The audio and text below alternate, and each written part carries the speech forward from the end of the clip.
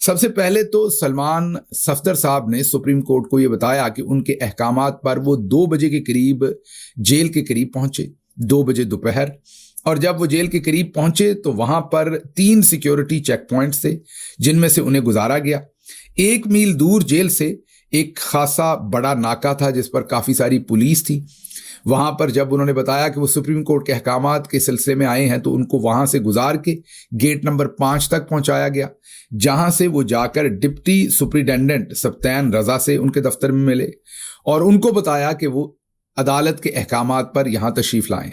वो उनको लेकर जो सुप्रिटेंडेंट जेल हैं मिस्टर साजिद बेग उनके कमरे में ले गए और वहां पर मुअज़्ज़ज़ अदालत के अहकामात पहले ही पहुंच चुके थे। अब जब वो सुप्रिटेंडेंट के दफ्तर में गए तो 2:25 दोपहर के हो चुके थे। ये सलमान सफदर साहब बता रहे हैं। वो कहते हैं कि जब उनसे बातचीत हुई और उनको मैंने बताया कि अदालत ने मुझे ये अहकामात दिए हैं, तो मैं इमरान खान साहब का जो सेल है, बार बार रिपोर्ट के अंदर उनको पिटिशनर लिखा गया क्योंकि उनकी तरफ से सुप्रीम कोर्ट में पिटिशन की गई इमरान खान साहब की तरफ से, इसलिए उनका जिक्र रिपोर्ट के अंदर पिटिशनर के तौर पर है। तो सलमान सफदर साहब ने कहा कि मैं इमरान खान साहब का सेल देखना चाहता हूं, उनसे मिलना चाहता हूं। तो उन्होंने कहा बकौल सलमान सफदर के उस रिपोर्ट में कि सुप्रिटेंडेंट ने इसरार किया कि इमरान खान साहब साथ ही कमरे में ला के हमने उनको बिठाया है, आप उन्हें यहाँ पर मिल लें और उसके बाद आपको हम जो सेल है उसका भी विजिट करवा देंगे। तो फिर वहां से उठ के वो सुप्रिटेंडेंट, डिप्टी सुप्रिटेंडेंट के साथ और जेल के गालिबन डॉक्टर के साथ वो चले गए उस कमरे में जहां पर इमरान खान साहब को बिठाया हुआ था और वहां पर उनकी मुलाकात इमरान खान साहब से शुरू हो गई। और सबसे पहले तो उन्होंने, सलमान सफदर कहते हैं कि मैंने इमरान खान साहब को अपने आने का, जाहिर है उनको तो नहीं पता होगा कि ये अचानक से सलमान सफदर जेल के अंदर कैसे आ गए, तो उन्होंने उनको बताया कि सुप्रीम कोर्ट के अहकामात पर मैं फ्रेंड ऑफ द कोर्ट मुझे बनाकर भेजा गया है, मैंने आपसे भी मिलना है और मेरी जिम्मेदारी ये है कि मैंने एक पूरी रिपोर्ट मुरतब करके सुप्रीम कोर्ट में जमा करवानी है। तो आप मुझे अपना अहवाल भी बताइए, मैं जेल हुकाम की बातचीत भी सुनूंगा, आपका सेल भी देखूंगा और पूरी ईमानदारी के साथ अपनी रिपोर्ट जो है वो बनाकर वहां पर पेश करूंगा। इमरान खान साहब को ये बताने के बाद वो ये कहते हैं कि तकरीबन 2:30 बजे ये मुलाकात शुरू हुई जो 4:30 बजे तक जारी रही। 2 घंटे लंबी मुलाकात उनकी इमरान खान साहब से हुई। ओवरऑल जेल के अंदर वो 3.5 घंटे रहे, बाकी वक्त उन्होंने उनके सेल और दूसरी चीज़ों को देखा। जब उनकी बातचीत शुरू हुई तो इमरान खान साहब ने उनको बताया कि आपको पता ही है कि मैं मुतअद्दिद केसेस के अंदर गिरफ्तार भी हूँ और हिरासत में भी हूँ। सबसे पहले मुझे अटक जेल में लेकर जाया गया और फिर अक्टूबर 2023 में मुझे रावलपिंडी की अडयाला जेल में मुंतकिल कर दिया गया, जहां वो अब तक अपनी जेल जो है वो भुगत रहे हैं। और इस मखसूस इलाके में, मीन जहां उनका सेल है, इसी जगह पर उन्हें उसी सेल के अंदर पिछले 2 साल और ये 3-4 महीने से रखा गया है। उसके बाद वो कहते हैं कि जो पिटिशनर थे इमरान खान, उन्होंने कोई भी बात करने से पहले एक बात पर इसरार किया। इसरार मतलब कि एक बात पर उन्होंने सबसे ज्यादा तवज्जो दिलाई सलमान सफदर की कि अदालत को जाके बताओ कि मेरी दाईं आंख की बीनाई तकरीबन ख़त्म हो चुकी, मुझे सिर्फ 10% नज़र आता है और वो जो नज़र भी आता है वो रोशनी सी नज़र आती है, कुछ और नज़र नहीं आता। और उन्होंने ये बताया कि ये सब कुछ अक्टूबर के महीने में शुरू हुआ और उस वक्त जो अंजम नामी वहाँ पर जेल सुप्रिटेंडेंट था उसको मैंने तवज्जो दिलाई कि मेरे साथ ये सब कुछ हो रहा है और मेरी आंख के अंदर प्रॉब्लम है, लेकिन उसका नाम मिस्टर अब्दुल गफूर अंजम, जो उस वक्त जेल सुप्रिटेंडेंट था, उसको इमरान खान साहब कहते हैं कि उन्होंने अक्टूबर के महीने में बताया कि मेरी आंख में ये प्रॉब्लम हो रही है और मुझे धुंधलापन शुरू हुआ है। अक्टूबर के जो 3 हफ्ते थे जब उन्होंने बताया तो पहले 1-2 हफ्ते तो बिल्कुल इग्नोर किया गया, फिर जब मजीद बताया तो उनको आंखों में जैसे एलर्जी हो जाए या कोई सिंपल ड्रॉप्स, जो जेल के अंदर डॉक्टर था उसने ड्रॉप्स दे दिया। हालांकि ये वाला जो मसला है इसका ड्रॉप्स के साथ कोई लेना देना नहीं, आपको कोई भी फिजिशियन बताएगा जो रेटिना स्पेशलिस्ट नहीं है वो भी आपको बताएगा कि इसका ड्रॉप्स के साथ उसका नुकसान तो हो सकता है, फायदा कोई नहीं हो सकता ड्रॉप्स का। बहरहाल उन्होंने ड्रॉप्स दे दिए, 2 से 3 हफ्ते वो आंखों में ड्रॉप्स उनके डलते रहे, लेकिन जाहिर है मसला तो बहुत संगीन था और वो आप सबको अब तक पता चल ही गया है कि ब्लड क्लॉटिंग हो गई थी आंख के पीछे। और अब 3 हफ्ते जब गुजर गए तो उसके बाद मामलात मजीद संगीन हो गए। नवंबर के एंड पर या दिसंबर के अंदर जब उनकी आंख का मामला यहाँ तक दिसंबर में पहुँच गया कि इमरान खान साहब ने बताया कि उनकी आंख में से 100% उनको दिखना बंद हो गया, नजर आना बंद हो गया towards the end of December. ये वो सलमान सफदर साहब को बता रहे हैं।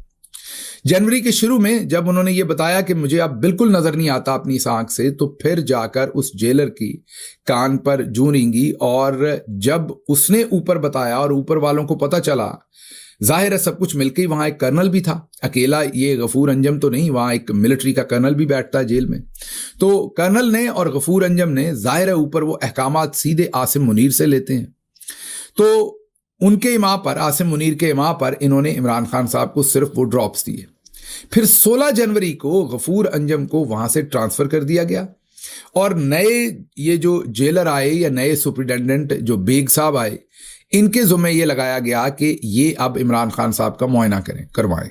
इन्होंने भी आके 10 दिन ज़ाया किए पहले, और 10 दिन ज़ाया करने के बाद इन्होंने डॉक्टर आरिफ और दूसरे लोगों को पिम्स हॉस्पिटल से बुलवाया। उन्होंने आकर, क्योंकि वो फिर भी आंखों के रेटिना स्पेशलिस्ट तो नहीं थे, लेकिन बहरहाल आंखों के मामले को कुछ ना कुछ समझते थे, तो उन्होंने जब देखकर इमरान खान साहब का मुआयना किया तो फौरी तौर पर कहा कि ये मामला तो बहुत ख़राब है, इन्हें फौरी तौर पर हॉस्पिटल मुंतकिल किया जाए। अब अगली बात जो मैं आपको बताने लगा हूं, ये रिपोर्ट में नहीं है, ये अब मैं आपको अपने ज़राए से बता रहा हूं जो मैंने खुद कंफर्म की है। जब डॉक्टर आरिफ और उनके साथियों ने रिकमेंड कर दिया, उसके बाद भी इमरान खान साहब को ये हॉस्पिटल नहीं लेके गए। उसके बाद भी लैतो लाल थी। यही जो जेल सुपरिटेंडेंट, ऊपर कर्नल और ऊपर ब्रिगेडियर और ऊपर मेजर जनरल, और जो भी इनकी लाइन है, चेन ऑफ कमांड है, ये उसी के अंदर। और जाहिर है आसिम मुनीर ऊपर से हटदर्मी कर रहे थे कि किसी सूरत इमरान खान को यहां से नहीं निकालना। जब हफ्ता इस चीज में भी गुजर गया या 5-6 दिन इसमें भी गुजर गए और डॉक्टर्स ने इनको दोबारा बताया कि वो तकरीबन ब्लाइंड हो चुके हैं उस आय से, वो वापस नहीं आएगी, इररिकवरेबल है, इररिवर्सिबल ये लॉस है, आप ऐसा ना कीजिए, एक हमें ट्राई करके देखने दीजिए।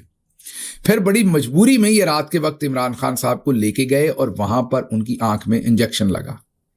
इंजेक्शन लगने के बाद उनको अब उस आंख में सिर्फ रोशनी फील होती है, नजर कुछ नहीं आता। उन्हें अपनी दाईं आंख में सिर्फ रोशनी, ये जो इंजेक्शन था, टीका था, उससे पहले उन्हें रोशनी भी दिखाई नहीं देती थी। मुकम्मल काला हो गया था सब कुछ, मतलब कि मुकम्मल ब्लाइंडनेस हो गई थी उनकी दाईं जो राइट साइड की आंख है उसमें मुकम्मल ब्लाइंडनेस हो गई थी। ये इंजेक्शन लगने के बाद उन्हें उसमें थोड़ी सी रोशनी महसूस होना शुरू हुई है, नज़र अभी भी उस साइड से उन्हें नहीं आता। अब जब उन्होंने ये बताया, सारी रुदात बताई, और उन्होंने कहा कि जाकर प्लीज़ बताइए सुप्रीम कोर्ट ऑफ पाकिस्तान को कि मैं जब यहाँ आया था तो मेरी 6/6, मतलब उनकी जो दूर की नज़र है वो 6/6 थी, क्योंकि नज़दीक की तो सभी 40 साल के बाद, तकरीबन 45 साल के बाद तकरीबन बहुत सारे लोगों को ग्लासेस लगाकर ही पढ़ना पड़ता है। तो वो इमरान खान साहब भी लगाते थे, लेकिन दूर की नज़र उनकी बिल्कुल ज़बरदस्त थी, 6/6 थी। और इमरान खान साहब ने ये बताया कि जब मैं इस जेल में आया और अक्टूबर के महीने तक मेरी आईसाइट 6/6 थी, मुझे कोई प्रॉब्लम नहीं था, और उसके बाद ये तेज़ी से डिटेरिएट हुई। उन्होंने कहा कि पिम्स में ये सब कुछ जो हुआ, अब मेरी बेनाई जो है वो 10% आप कह लें, वही जो उनको रोशनी फील होती है वही।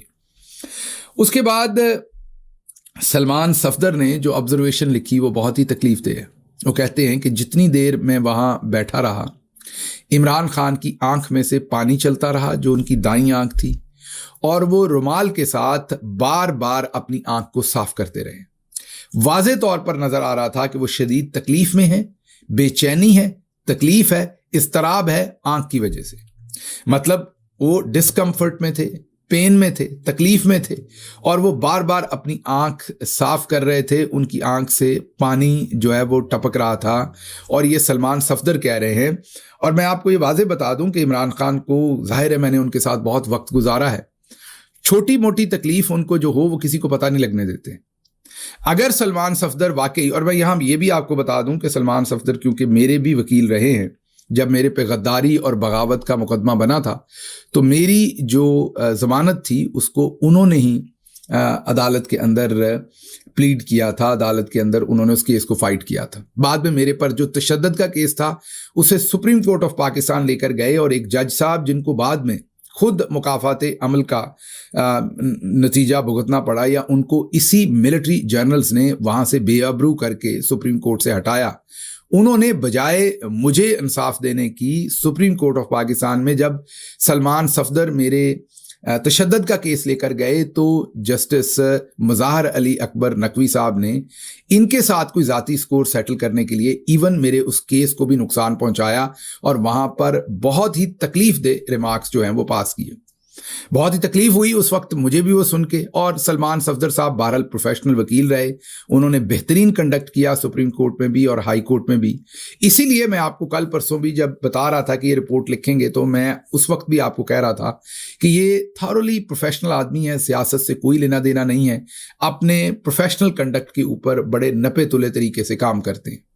मैं इनकी बहुत सताइश करता हूं इनकी, क्योंकि इन्होंने जो रिपोर्ट लिखी है वो शायद आम शख्स उतनी अच्छी, मुफस्सल और गैर जानबदाराना अपने जज्बात को साइड पे रख के, हालांकि ऐसे मामले में कोई भी इंसान अगर जिसके अंदर दिल धड़कता है वो जज्बात को साइड पे रख के रिपोर्ट नहीं लिख सकता। उसके बावजूद सलमान सफदर साहब ने जज्बात को साइड पे रख के रिपोर्ट लिखी और बहुत ही मुफस्सल रिपोर्ट लिखी। वो कहते हैं कि बार बार वो अपनी आंख को साफ कर रहे थे, तकलीफ में थे, बार बार टिश्यू पेपर से वो इसको साफ कर रहे थे।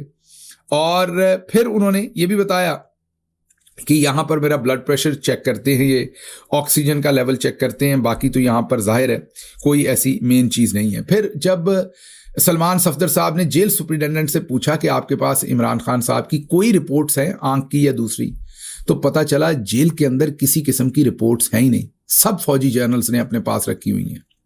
मीन जो वो पिम्स गए उसका कोई रिकॉर्ड जेल के अंदर नहीं है, जो कि एक गैर कानूनी हरकत है। सलमान सफदर साहब को जेल में कोई रिपोर्ट नहीं मिली और सुप्रिटेंडेंट ने कहा हमारे पास इनका कोई रिकॉर्ड नहीं है। जाहिर है सुप्रिटेंडेंट ने ये तो अगली बात नहीं बताई कि कर्नल ले गया है, लेकिन जाहिर है वो सब कुछ कर्नल की किसी सेफ में होगा या वो उनकी कस्टडी में होगा।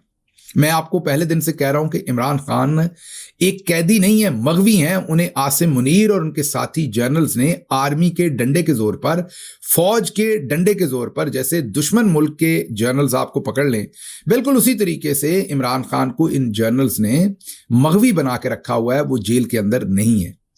अगर वो जेल के अंदर होते तो कुलभूषण यादव के भी पाकिस्तान के अंदर राइट्स हैं, अभिनंदन के भी राइट्स थे, उनको भी इन्होंने मरहम पट्टी प्रॉपर करवाई थी जब वो पकड़ा गया था। अभिनंदन पाकिस्तान के अंदर, याद कीजिए, अच्छे कपड़े पहनाए थे, मरहम पट्टी करवाई थी, चाय पिलाई थी, उन्होंने कहा था T is fantastic. Imran Khan साहब की आंख की बनाई आसिम मुनीर और उनके साथी जर्नल्स ने छीन ली।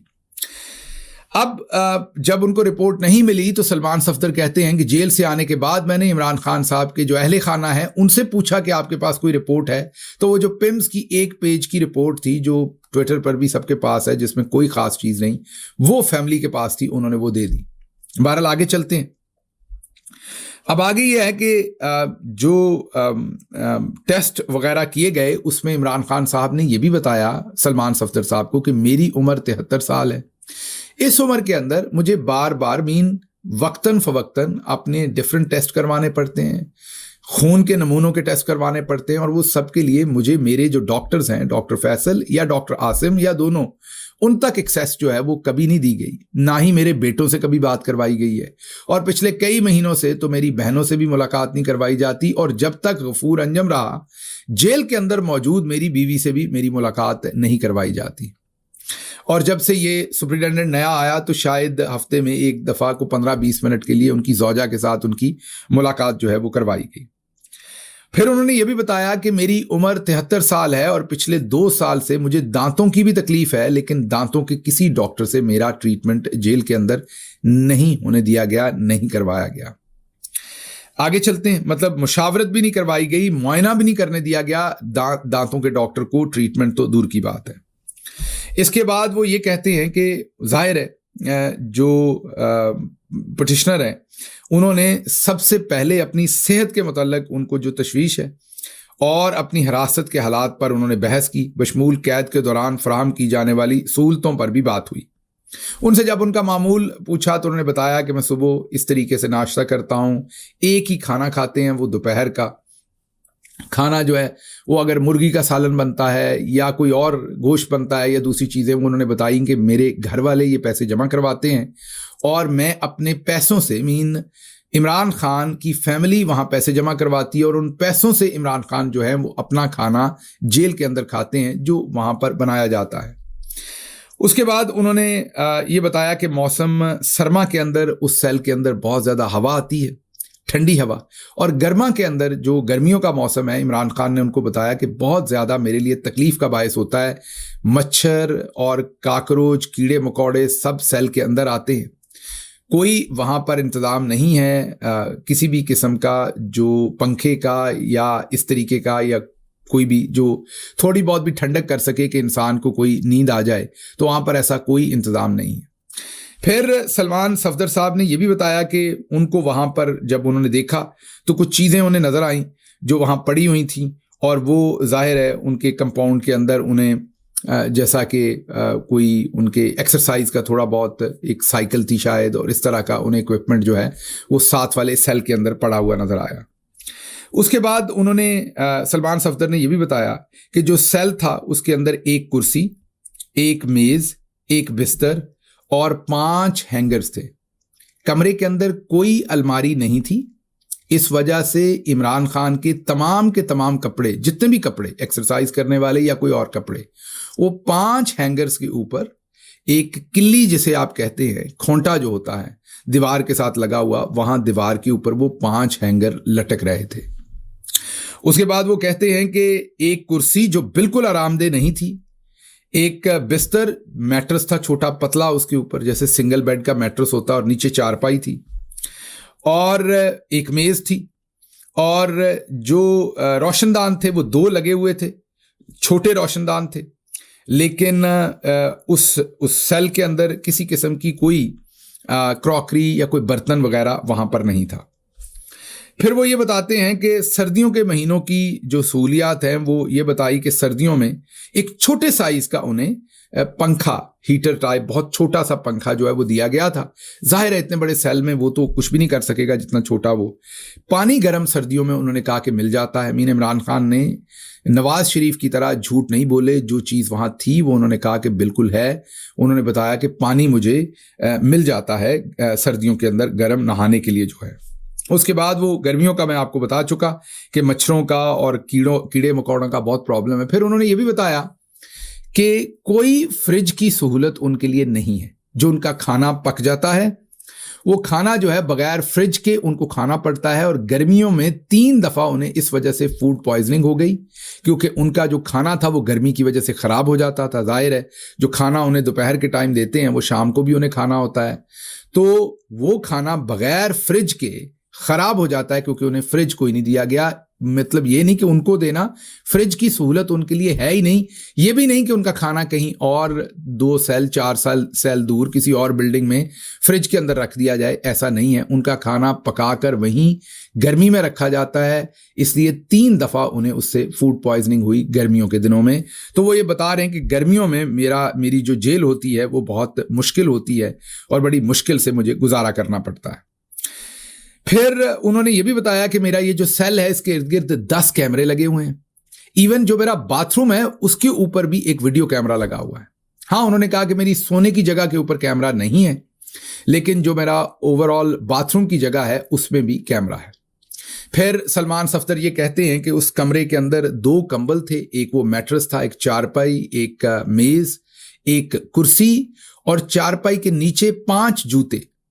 जाहिर है क्योंकि कपड़ों के लिए कोई अलमारी नहीं थी, जूतों के लिए भी कोई जगह नहीं होनी थी। वो चारपाई के नीचे खान साहब ने रखे हुए थे 5 जूते, जिनमें ज़्यादातर उनके ट्रेनर थे। जो स्नीकर्स या जो रनिंग शूज़ हैं वो आप समझ लीजिए कि वो उनकी चारपाई के नीचे 5 जूते उनके वहाँ पड़े हुए थे।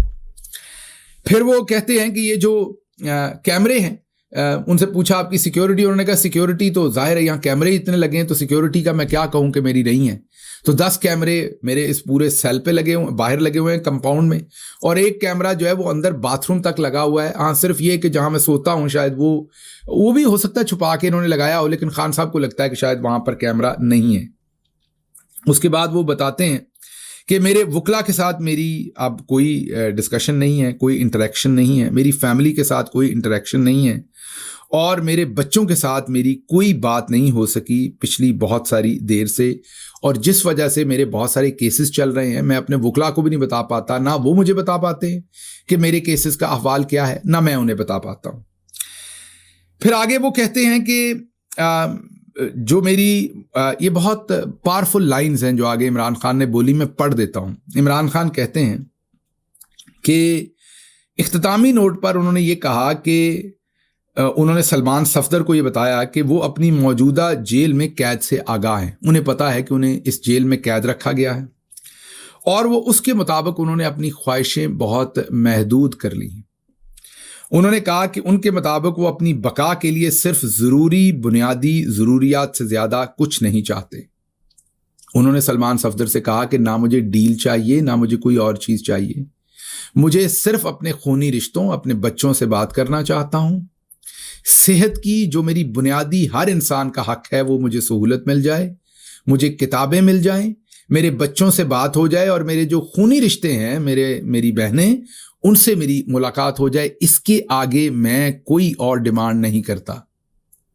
उन्होंने कहा कि मैं जेल में हूं, मुझे अदराक है कि मैं जेल में हूं, और मैंने अपनी ज़रूरतें, अपनी ख्वाहिशें महदूद कर ली हैं। मेरा कोई गिला नहीं है, मेरी कोई डिमांड नहीं है।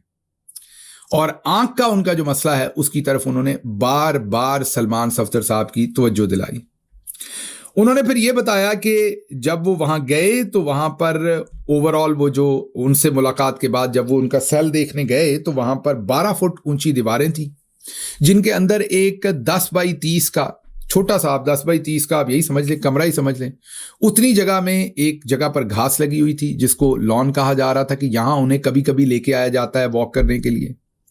उस कंपाउंड के अंदर एक जो सेल था, वही जो 10 बाई 8 का सेल होता है जिसके अंदर उन्हें रखा गया था, उस सेल के साथ वाले एक सेल में उनका खाने का इंतज़ाम और एक्सरसाइज की चीज़ें रखी हुई थी।